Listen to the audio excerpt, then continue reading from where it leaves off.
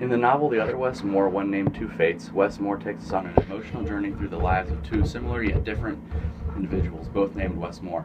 The story of these two people's lives were all shaped by their environment, education, and most importantly, their expectations. The story uses these concepts to drive home many points, and they lay the foundation for what both these two individuals turned out to be like in their later lives.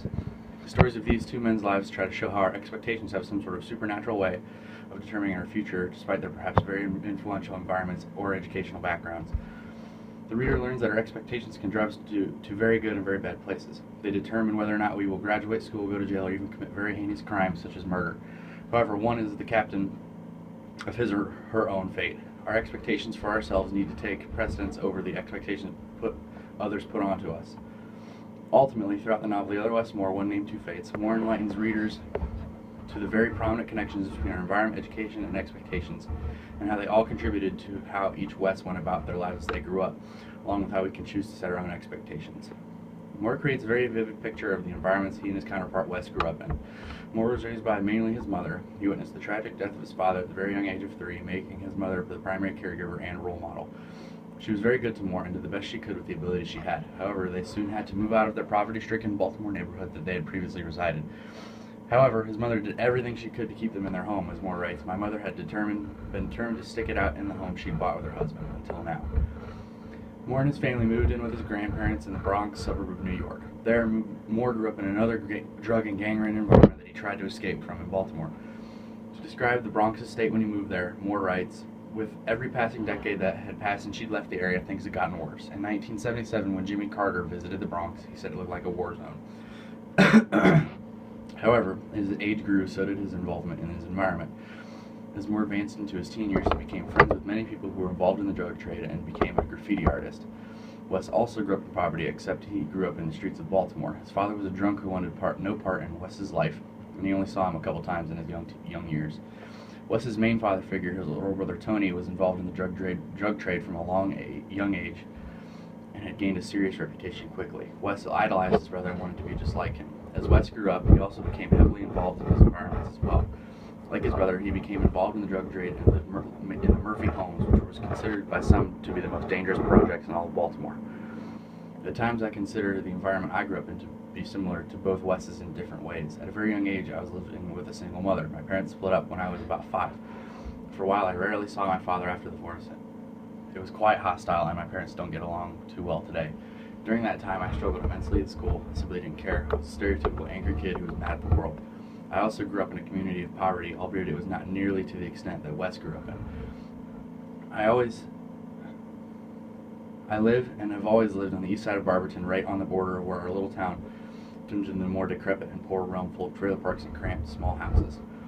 I have witnessed the gentrification from rich families moving in nearby and have watched homes wither and crumble and families move in and out only after a few months. My mother also cared for me with all her heart, and she still does. She has been the rock that got me through these dark times during my life.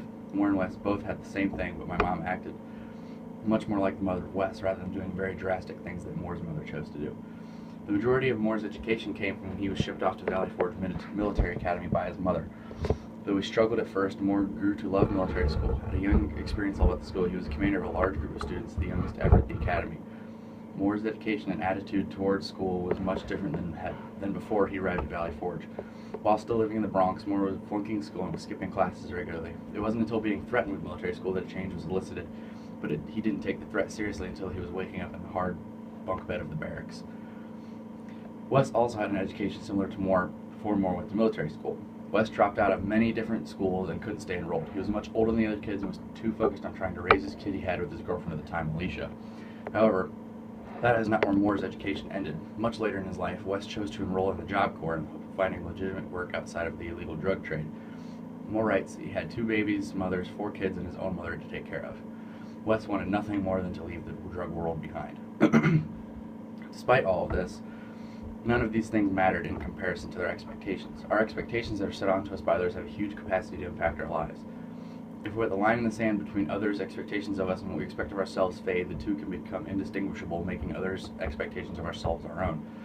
As Moore writes, we will do what others expect of us, Wes said. If they expect us to graduate, we'll graduate. If they expect us to go to jail, then that's where we will end up too. At some point, you just lose control. Both of these individuals had similar expectations put onto their shoulders at the same time. Both of them were told by their teachers that they would end up in jail or even worse things than that. Moore's friends were warned by people to not hang around him due to the fear that his bad nature would rub off onto them. Wes had intense societal expectations placed on him from a very young age. Society viewed him as nothing more than a future drug dealer or thug and expected nothing more. Unlike Wes, Moore defied his expectations. He chose to set expectations for himself and he fulfilled them. He became a successful military officer, entrepreneur, and author. Wes could not reach his societal expectations. He slipped into the grim world that he was expected to be in and he suffered the consequences. Moore writes, he is serving the 10th year of a life sentence. He is only 33 years old. Expectations are what led both Wes's down their respective paths, but that doesn't mean we have to. My expectations have always been high. I believe that you are a product of your expectations and I have a drive to always do the best that I can. However, I still do believe that my education environment play into these as well. From a young age, I was, and still am, expected to do well in school. I also expect myself to do well in school as well. School is very important to me, and I know the benefits that can be reaped from a good education. I have had teachers that see the potential that I have and push me very hard. Mr. Casey, my STEM teacher, sees this and assigns me advanced projects above the level of the rest of the class, and I relish the opportunities he gives me. My coaches for football also expect a lot from me. Though I have been injured, I expect myself to show up for every lifting session and every practice. My coaches have had huge implications on my expectations. Football has taught me many real-life lessons and has helped me grasp what expectations will be set on me throughout my life. Responsibility, accountability are two very important expectations I set myself. In some ways, my expectation for football are very similar to Moore's expectations at military school. We were both expected to be on time, give diligent effort, and give everything our all. As an offensive lineman, which I played football, we were required to carry the team, sometimes literally on our backs. We were required to learn every scheme, formation, and play in our coach's book of tricks, almost like how Moore was expected to learn cadences and commands at Valley Forge. Moore writes, we would learn military drills and repeat them so many times that the right face, left face, and parade rest became as familiar as our own names. My expectations are what I believe to be the driving forces that watch over my life. The expectations that both Wes's had on them led them down very different paths, and it shows us we can defy our expectations no matter how dark or grim they can be. Our environment, education, and expectations all play huge roles throughout our lives. The evidence placed throughout the other Wes Moore, one name, two fates, provides massive amounts of proof to back this up. The places where both Wes's grew up, the educations they had, and most importantly their expectations, all took a strong grasp on the path of their lives. It led one Wes to huge success, and it led the other to numerous hardships or even prison. Our expectations do a lot more than we realize. Our expectations can determine our paths for us, maybe even before one decision was made or not. However, we don't have to live our lives like Wes chose to live it. He chose to seemingly succumb to his expectations, which led him down the road to his current fate. It is our job not to become another Wes Moore. It is our duty to set our expectations for ourselves and defy the expectations placed onto us by others.